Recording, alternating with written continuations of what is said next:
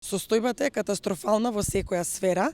Главниот проблем е тоа што државата не е функционална и тоа што граѓаните воопшто не можат да имаат никакво влијание и немаат влијание врз одлучувачките процеси.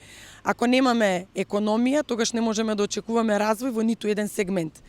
Не смееме да дозволиме и понатаму државата да биде киднапирана од стотина луѓе од власта кои што носат одлуки само за нивни лични интереси и за нивно богатење. И токму поради тоа народот треба да стави стоп на ваквото однесување, да излезе масовно и да гласа, затоа што се потребни промени кои што ќе направат Македонија твоја.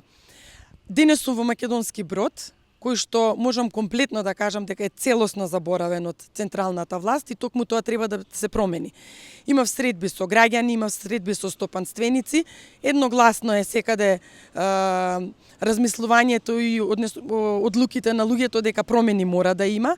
При тоа го искористивме периодот од денот да ги презентираме мерките и решенијата кои што ВМРО-ДПМНЕ ги има во својата платформа 1198, кои што всушност значат многу подобар живот за граѓаните, повисок животен стандард, раст на бруто домашниот производ од 5% на среден рок, повеќе пари за малите и средните бизниси, повисоки пензии.